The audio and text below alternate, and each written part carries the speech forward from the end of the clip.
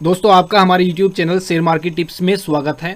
तो पहले डिवीज लैब के बारे में थोड़ा जान लेते हैं। Divi's laboratories is engage in the manufacture of active pharmaceutical ingredient API। तो फ्रेंड ये API के बिजनेस में इन्वॉल्व है, एक्टिव फार्मास्यूटिकल इंग्रेडिएंट बनाते हैं। और चाइना से कोरोना वायरस का आउटब्रेक होने के बाद API का बिजनेस इंडिया में काफ़ी अट्रैक्टिव हो गया है और काफ़ी एक्सपोर्ट ओरिएंटेड ये सेक्टर है। तो इंटरमीडिएट्स बनाते हैं ये मेडिसिन के लिए एंड न्यूट्रिटिकल इंग्रेडिएंट बनाते हैं विद प्रीडोमिनेंस इन एक्सपोर्ट, और एक्सपोर्ट में इनकी अच्छी खासी डोमिनेंस है इंडिया के अंदर। तो फ्रेंड्स फार्मास्यूटिकल की कंपनी है और एक अच्छी कंपनी है, API बनाती है और एक्सपोर्ट भी करती है। तो ये इसका छोटा सा इंट्रोडक्शन रहा। एक छोटी सी नज़र इसके चार्ट पर देख लेते हैं कि वहाँ पर क्या एक पैटर्न बना हुआ है। आपके सामने ये इसका चार्ट है और ये 1 ईयर का चार्ट है। तो 1 ईयर के चार्ट पर आप देखिए कि मार्च में जब यहाँ पर मार्केट में क्रैश आया था, ये स्टॉक उससे पहले यहाँ पर 2240 के हाई पर था और वहाँ से ये स्टॉक टूटा और ये यहाँ पर इसने 1805 का लो किया था यहाँ पर। तो फ्रेंड लेकिन यहाँ पर भी अपने ये 200 DMA मूविंग लाइन जो ब्लैक कलर में है, ये इसका 200 डे मूविंग एवरेज है, सिंपल मूविंग एवरेज। और जो इसकी येलो कलर की लाइन है ये 50 डे मूविंग एवरेज है, सिंपल मूविंग एवरेज। और नीचे जो ये ब्लू बार बने हुए हैं ये इसका वॉल्यूम है।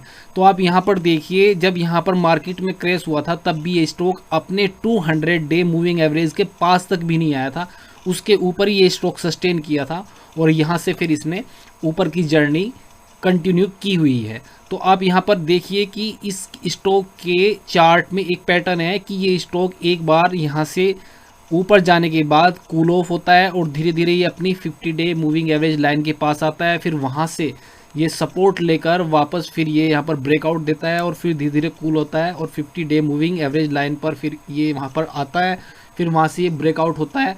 ऐसा इसने मार्च से यानी पिछले एक साल में 1, 2, 3 और यहाँ पर चौथी बार 4 बार किया है। यहाँ पर तो काफ़ी नीचे आ गया था 50 डे मूविंग एवरेज लाइन से।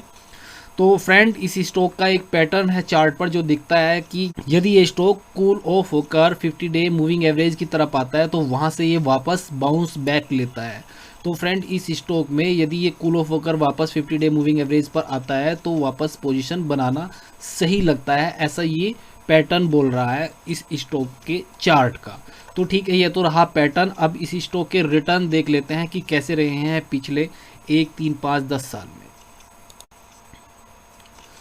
तो ये यहाँ पर स्टॉक के रिटर्न है। आप देखिए कि 10 साल में इस स्टॉक ने 28% के CAGR रिटर्न दिए हैं। आपको बता देते हैं कि 10 साल के यदि 26% के CAGR रिटर्न कोई स्टॉक देता है तो उसकी वैल्यू 10 साल में 10 गुना हो जाती है। तो मीन्स यहाँ पर इसने अपने निवेशकों का पैसा पिछले 10 साल में 10 गुने से ज़्यादा किया है यदि यहाँ पर इसकी रिटर्न CAGR में 28% से ज़्यादा है। और 5 साल में देखें तो 5 साल में भी 28% इसकी CAGR रिटर्न रही है और 3 साल में बहुत ज़्यादा अच्छी रही है 56%। और 1 साल की बात करें तो 89% इस स्टॉक ने अपने निवेशकों को रिटर्न्स दिए हैं। तो रिटर्न देने के मामले में भी ये स्टॉक बहुत बेहतरीन है और ये स्टॉक लॉन्ग टर्म के लिए और ट्रेडिंग के लिए भी यदि ये 50 डे मूविंग एवरेज लाइन के पास आता है बेहतरीन दिखता है। तो अभी यहाँ पर इसका हमने स्टॉक के CAGR प्राइस देखे कि कितने इंक्रीज़ हुए हैं। अब इसकी बैलेंस शीट चेक कर लेते हैं कि वहाँ पर बोरोइंग और यहाँ पर इसकी जो रिजर्व है वो कैसे ग्रो की है। तो यहाँ पर इस स्टॉक की बैलेंस शीट देखिए आप, यहाँ पर ये शेयर कैपिटल है, इसके ये रिजर्व है इस रो में और यहाँ पर बोरोइंग है, अदर लाइबिलिटीज़ है, टोटल लाइबिलिटीज़ है। तो यहाँ पर मेन देख लेते हैं कि कंपनी के रिजर्व कैसे ग्रो किए हैं और बोरोइंग कैसी रही है। तो आप देखिए मार्च 2009 में कंपनी के पास 1249 करोड़ रुपए के रिजर्व थे और यहाँ पर बोरोइंग थी 53 करोड़ रुपीज़। तो यहाँ पर समय के साथ साथ इसने बोरोइंग कम की है और उसके मुकाबले यहाँ पर रिजर्व अच्छे खासे बढ़ते गए हैं। जो रिज़र्व 2009 में लगभग 1200 करोड़ के आसपास थे वो 2015 तक 3500 करोड़ रुपए से ऊपर पहुंच गए। तो ये यहाँ पर आपके सामने 2015 तक का डाटा है और बोरोइंग कुल 27 करोड़ इस स्टॉक की हो गई। तो अब देख लेते हैं कि इसके बाद प्रेजेंट में क्या सिचुएशन बनी हुई है।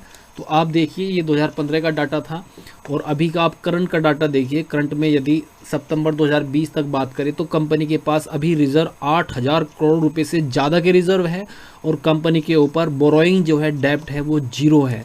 तो फ्रेंड ये कंपनी डेब्ट फ्री कंपनी है और कंपनी की बैलेंस शीट पर रिजर्व बहुत तेज़ी से बढ़े हैं और काफ़ी स्ट्रॉन्ग बैलेंस शीट है इस कंपनी की। एक बेहतरीन कंपनी जो कि फार्मा सेक्टर की है, एक्सपोर्ट ओरिएंटेड है, जिसकी बैलेंस शीट बहुत शानदार है, जिसके स्टॉक का ट्रैक रिकॉर्ड पिछले 10 साल का बहुत शानदार है और जो कंपनी अच्छा प्रॉफिट बना रही है और चार्ट पर जिसका स्टॉक बहुत शानदार दिखता है।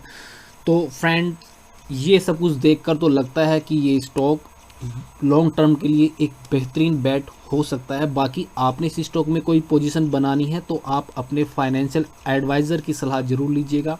बाकी हमारी वीडियो पसंद आई हो तो लाइक करें और ज़्यादा से ज़्यादा शेयर करें। धन्यवाद दोस्तों।